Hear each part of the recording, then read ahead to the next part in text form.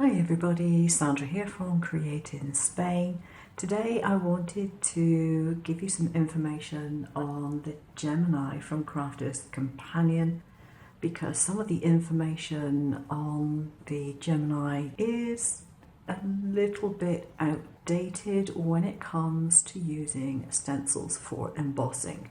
And that is what I purchased the Gemini for. I'm not interested in die cutting, I have an electronic cutting machine. So with very, very rare exceptions, I am not likely to use it for that. What I wanted to do was to replace my other die cutting embossing machine, which was the Evolution Advanced, because I wanted something that would do a slightly larger card. I looked at the options and I thought if I'm going to get a new one, I might as well get an electronic one. I have got the Gemini and I've used it for, I think it's about a couple of weeks now. The video that I saw, which Sandra put out from Crafter's Companion, was a relatively old one, but it's one that I found that used a stencil for embossing.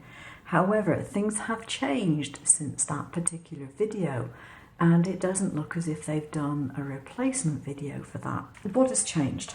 Well, if you look at the old video, and I'll link it down below, the embossing mat was a lot thicker. I've got my plates, I've got a magnetic shim, I've got a metal shim. The metal shim isn't being used at the moment, and in the video that Sandra did, what she used to get a light emboss was the magnetic shim on top of a cutting plate, an embossing mat, the card, the stencil, and then the top plate. And that theoretically was going to be the sandwich for a light emboss. Well, I tried that combination and it didn't emboss at all. So the other combination that she had shown was the the cutting plate, the plastic shim, the embossing mat, and the card and the stencil and the top plate. Now, as soon as I did that, you'll notice that my plates are opaque. They went opaque as soon as I used it, which I thought was a bit strange, but that's what happened.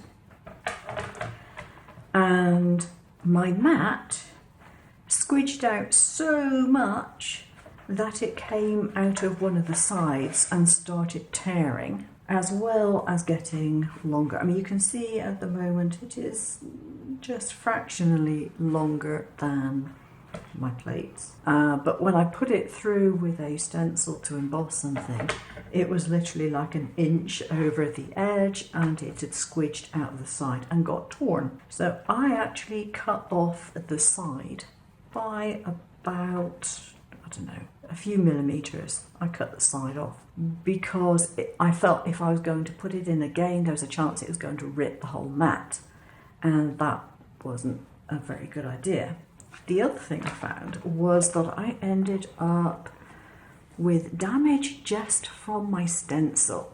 This is where the stencil wasn't on the card, where it was a little bigger than the card, and it actually cut into the mat. Now, I got in touch with their customer service and I told them what had happened, and they were kind enough. They have sent me some replacement cutting mats and the silicone as well. The sides on my plates were kind of rough, and in fact I ended up with a slight cut on my finger because it was rough enough to do that. So I've actually sanded mine down on the edges to get rid of that roughness, but as I said, they did replace the plates for me, and looking at the new plates that I got, they seem to be better than the ones I had in the first place. So I guess there must have been some kind of manufacturing fault in those particular plates. So what sandwich do you have to use in order to emboss with a stencil? Well, first of all, it will depend on how thick your stencil is. And what I tend to use for my stencils these days is this stuff, which is binding covers, and they are 240 microns. These are classed as medium weight. I can get quite a nice impression. So the sandwich that I'm using in order to do that is the cutting plate, the plastic plate, the embossing mat, the card, and then the stencil. Now, if you want to get an even deeper emboss, you'd have to add another shim. So if I was going to add another shim to this, I would add a piece of felt or a piece of card underneath here, just to make it a little bit tighter. But that is what I'm using to get a decent result. And I have some other samples here with some different card. However, what I would say is that this mat is considerably thinner than the original mat. Now, I don't know why they made it thinner. I don't know why they replaced it, but obviously they have. So if you have the older machine with the black mat, your impression will probably be greater. Because this is thinner, it is not going to give you such a good impression unless you add an extra layer to your sandwich. So I would always advise going from the light end up. If you need to add an extra shim, then add it, and add it carefully, and only add a thin one until you get the result that you want. My plates have obviously got a little bit warped. You know, all plates are going to do that. The way that I have so far stopped it from getting particularly bad is to add numbers in the corners. So if I start off at a number 1 on one plate with a number 1 on another plate, if I then do something else, I will go to number 2 or number 3, and I will know then that I'm rotating my plates around. So that helps.